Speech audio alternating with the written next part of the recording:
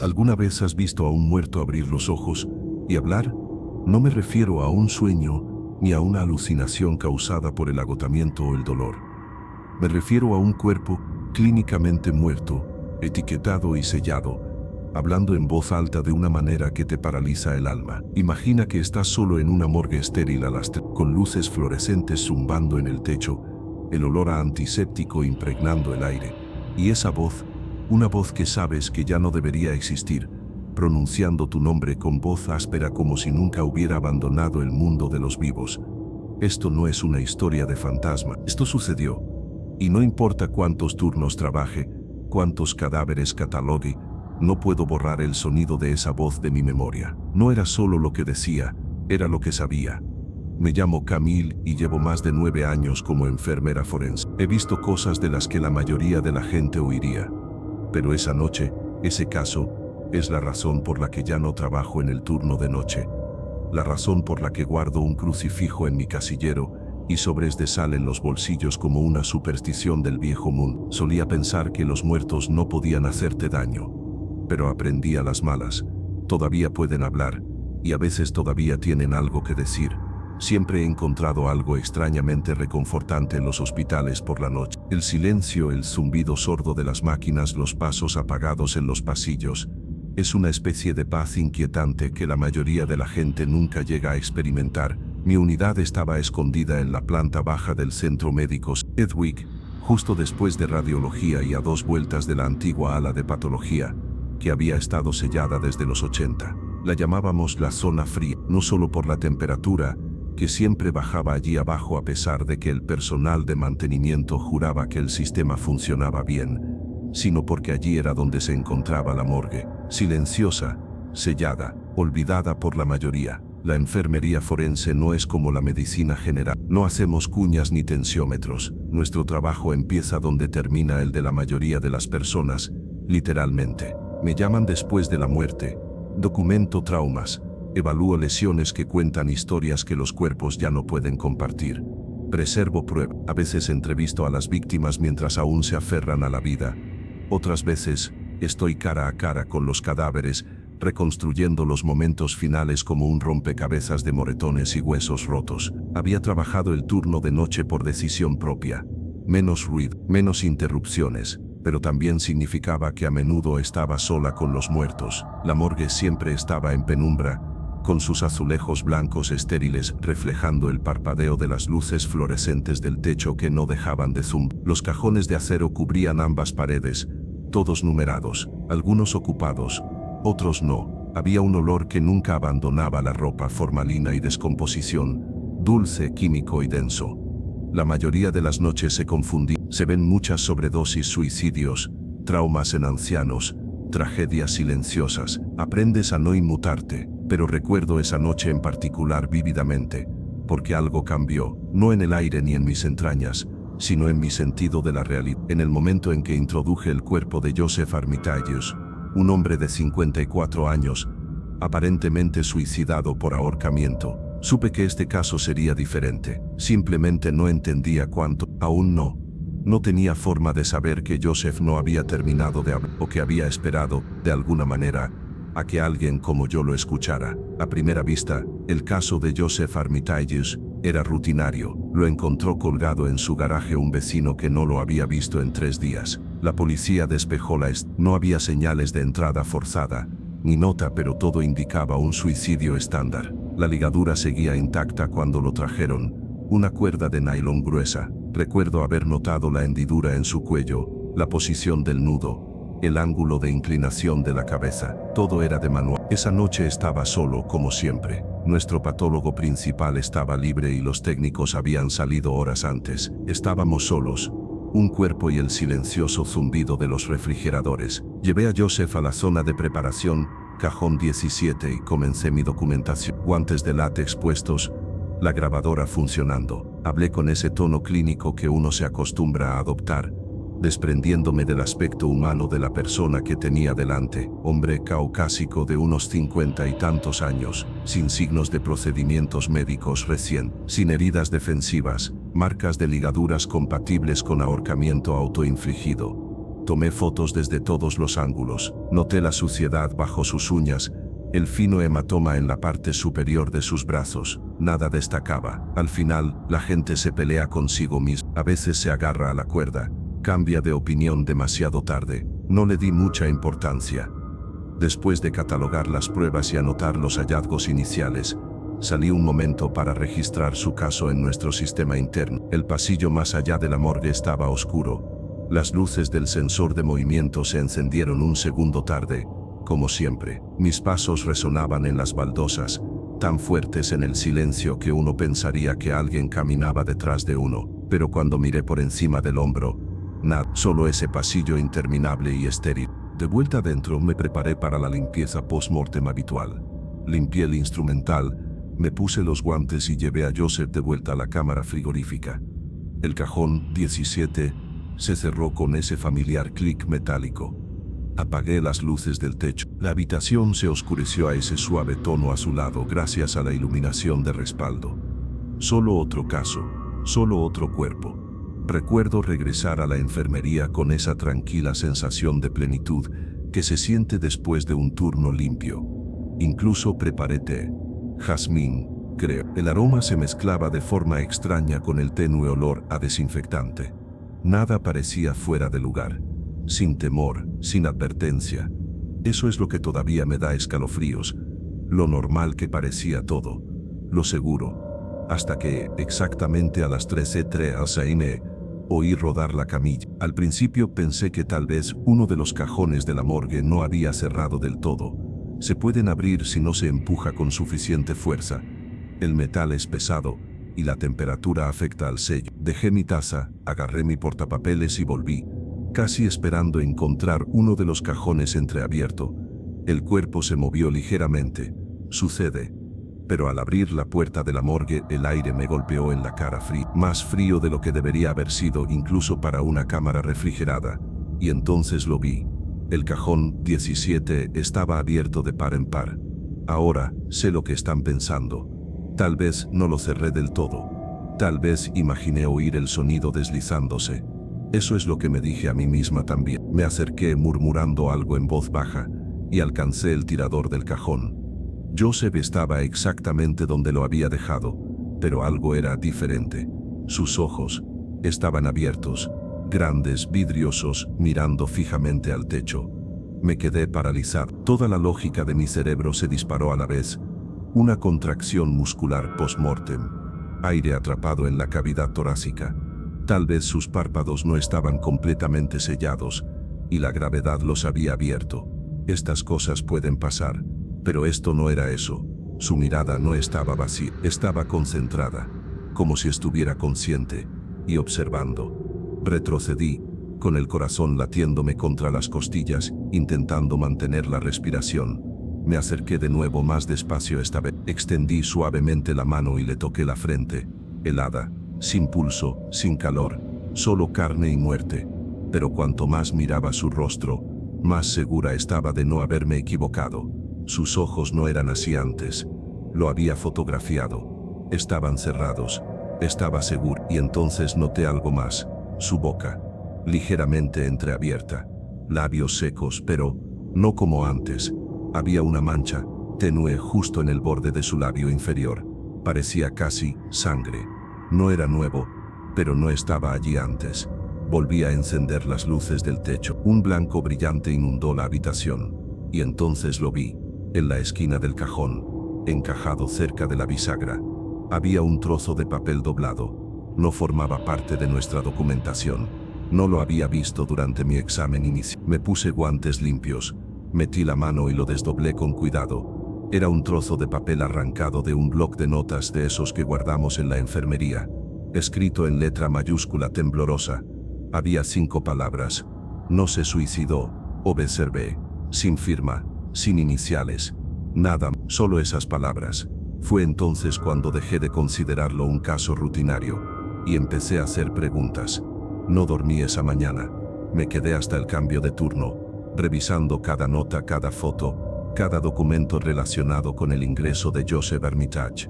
Todo parecía estar en orden. No había señales de traumatismo forzado, ni ninguna anomalía registrada por el forense. pero no podía quitarme la sensación de que me faltaba algo. Así que le pedí las fotos originales de la escena a la gente que acudió. Me las enviaron por correo electrónico justo después del mediodía, y entonces me llamó la atención el segundo detalle, la marca en su cuello. A primera vista parecía la clásica impresión de una ligadura, pero al ampliar la imagen vi algo extraño. La hendidura era perfectamente horizontal, sin ángulos ascendentes, sin puntos de presión desiguales. Así no funcionan los ahorcamientos, a menos que estés tumbado y alguien tire desde arriba. Era demasiado limpio, demasiado controlado. Necesitaba más. Esa noche, saqué los registros térmicos para la morgue. La temperatura interna bajó 7 grados en 6 minutos, a pesar de que el sistema de refrigeración estaba configurado a temperatura constante. No se había disparado ninguna alarma. No había fallos mecánicos, solo una gota, como si algo más frío hubiera entrado en la habitación. Me dije que era una coincidencia, casualidad, un fallo eléctrico. Me lo dije hasta las 3:07, cuando la luz parpadeó. Solo una vez, solo medio segundo. Pero en ese instante, todos los monitores de la unidad parpadearon en azul. No blanco, no amarillo, azul, como si una pulsación estática hubiera atravesado las paredes. Y entonces, a las 3:19, no estaba en la puerta. Provenía del interior de la pared del almacén. 3 golpes lentos y fuertes, ahogados, pero deliberados. Me quedé paralizada. El té se me enfrió en la mano mientras miraba el cajón 17. Y no fui la única que lo oyó. La cámara de seguridad del pasillo exterior captó movimiento. Una tenue sombra pasó justo debajo del cristal de la puerta, aunque nadie había entrado ni salido de la morgue. Regresé al cuerpo de Joseph justo antes de que terminara mi turno. No pude evitarlo. Tenía que verlo. Abrí el cajón. Tenía los ojos cerrados de nuevo, pero sus manos no estaban cruzadas sobre el pecho como las había dejado. Estaban apretadas en puños apretados y temblorosos. Abrí lentamente la derecha. No había rigor mortis. No había explicación. Dentro sus uñas habían dejado profundas marcas en forma de media luna en la palma. Profundas pero sin sangre. Hacía tiempo que había perdido la circulación. No sabía qué me perturbaba más, la ausencia de sangre o la insinuación de que había cerrado el puño después de muerto. En ese momento supe que algo andaba mal, muy mal. Y no era solo con el cuerpo, era con todo el caso. A la noche siguiente, había dejado de intentar convencerme de que todo estaba en mi cabeza. Llegué temprano a mi turno, lo suficientemente temprano para revisar el cajón antes de que alguien más estuviera cerca. El cuerpo de Joseph seguía allí, intacto.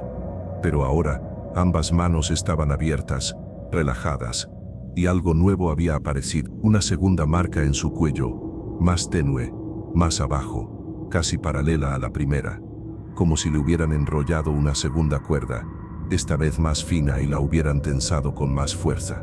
La documenté, la fotografié. Luego le toqué la comisura de la mandíbula para comenzar un segundo examen oral. Fue entonces cuando lo oí de nuevo. 3 golpes, esta vez más rápidos. Me aparté del cajón, con el corazón acelerado y cada pelo de mi brazo erizado. La habitación se sintió de repente densa, como si el aire se hubiera espesado, cargado de estática. Miré el termómetro de pared. Marcaba 19. Estaba en la habitación. Suave, entrecortado, ininteligible, como si alguien murmurara justo detrás de mí, palabras que se disolvieron antes de encontrar significado. Me di la vuelta. Nada.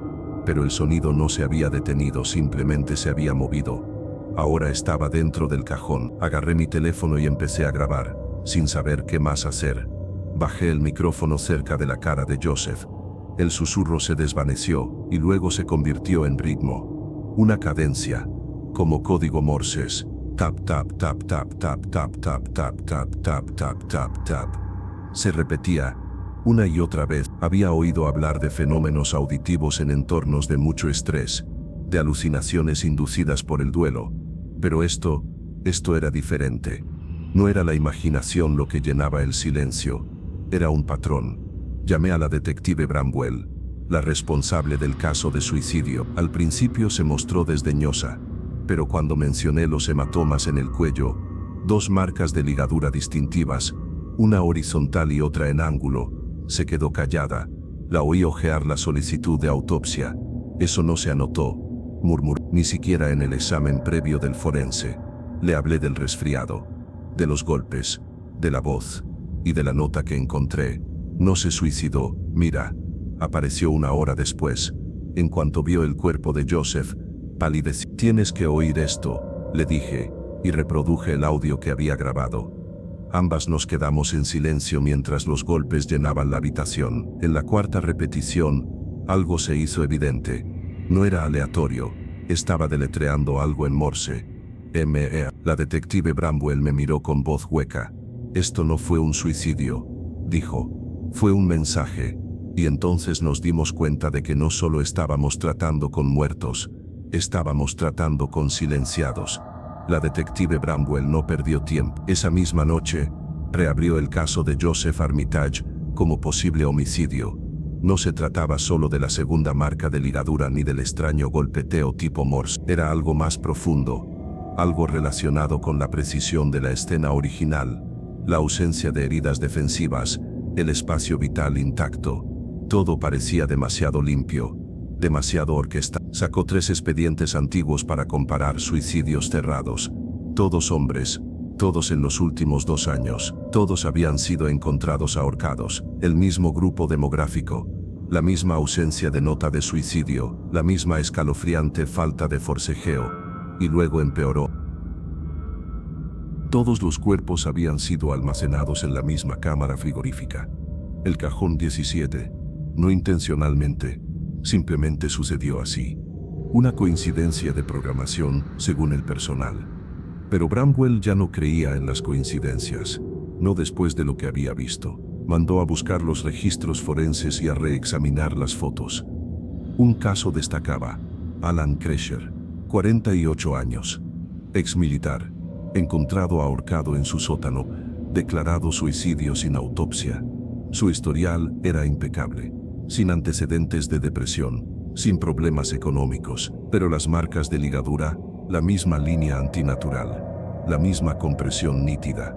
Y sus ojos, abiertos, igual que los de Joseph, aunque el forense de entonces lo había descartado como una retracción palpebral post-mortem. Localizamos a la técnica de laboratorio que se encargó de la admisión de Alan Kresher. Ya no trabajaba en el departamento forense, estaba agotada, dijo. Dijo que empezó a soñar con los muertos hablando en estática, que sus bocas se movían, pero solo cuando la habitación se enfriaba. Dijo, uno de ellos dijo mi nombre, fue entonces cuando me fui. El ADN del caso de Joseph había llegado esa misma mañana. La cuerda que usaron con él. 2 juegos de huellas parciales, una suya, la otra pertenecía a un hombre llamado William R. Fall, un mercenario condecorado que fue declarado legalmente muerto en 2, hasta que Bramwell me mostró algo que había encontrado enterrado en un viejo informe del Departamento de Defensa. Falls había sido contratado privadamente después de su muerte para realizar trabajo encubierto. Todos los registros estaban sellados.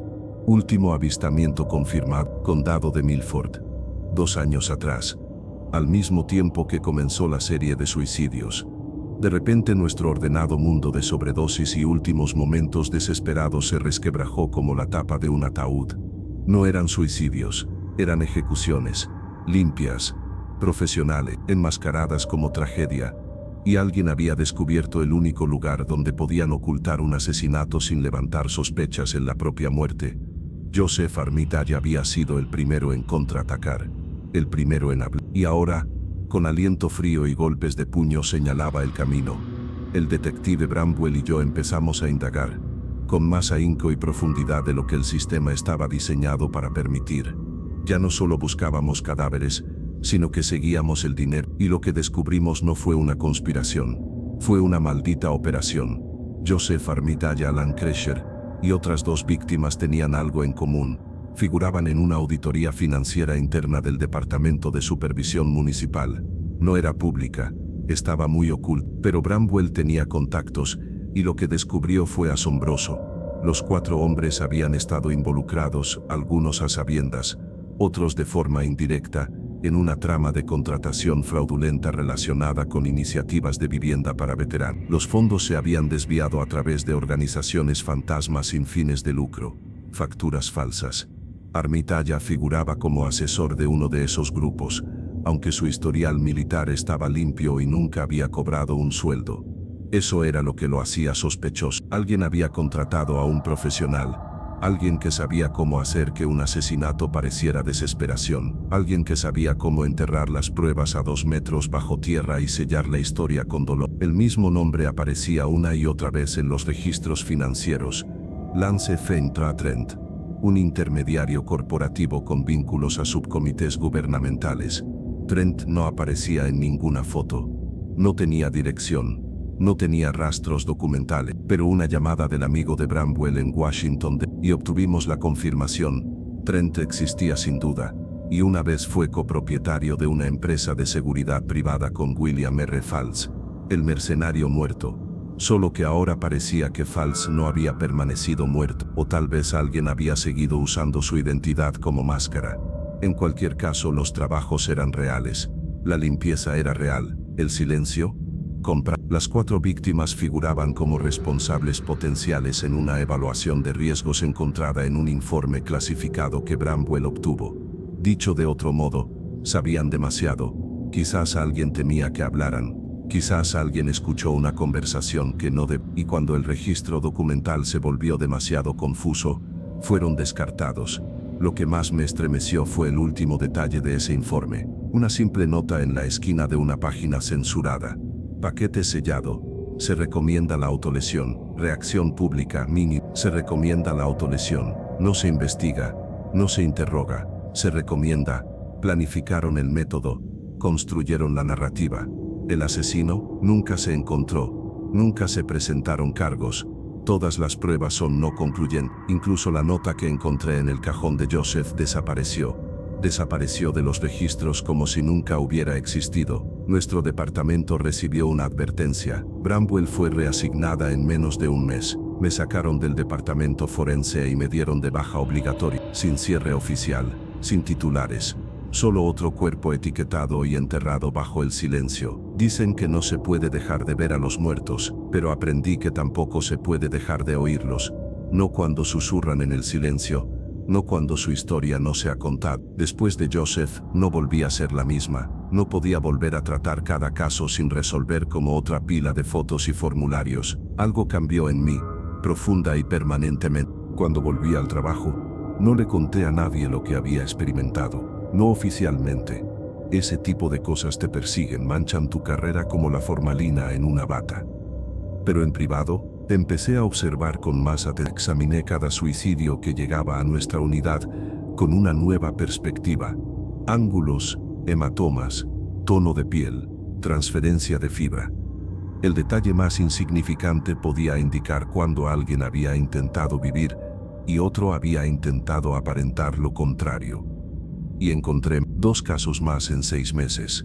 Ambos se descartaron como sobredosis, pero la toxicología no coincidía. Uno no tenía marcas de agujas, y sin embargo, la concentración en sangre era tan precisa que parecía administrada. Otro tenía un hematoma en la muñeca, demasiado leve ver anotarlo durante la primera toma, pero con luz ultravioleta se podía ver un agarre, una sujeción, como si alguien le hubiera inmovilizado el brazo antes de inyectarla. Ambos eran casos cerrados. Ambos habían sido incinerados en 48 horas, pero su silencio resonaba, igual que el de Joseph. Documenté todo lo que pude, extraoficialmente. Creé mi propio archivo, no en papel, sino digitalmente encriptado, distribuido en la nube. Si alguien volviera a enterrar la historia, la encontraría ya respirando. Nunca volví a pronunciar su nombre en la enfermería. Nunca mencioné el cajón 17, pero guardaba sal en los bolsillos. Dejé las luces encendidas más tiempo del necesario. Escuché si alguien golpeaba. Esa experiencia reprogramó mi cerebro, mis instintos, mi propósito. La enfermería forense dejó de ser un trabajo para convertirse en una vocación. Porque una vez oí hablar a un muerto, me contó lo que realmente sucedió. Y escuché, y me prometí a mí misma que, si había otros como él, atrapados en el silencio, enterrados bajo certificados de defunción falsificados y disculpas educadas a las familias en duelo, allí estaría, los encontraría, y los ayudaría a hablar. Así que ahora, cuando un cuerpo entra como autoinfligido, no solo veo una estadística, veo una pregunta y empiezo a escuchar la respuesta.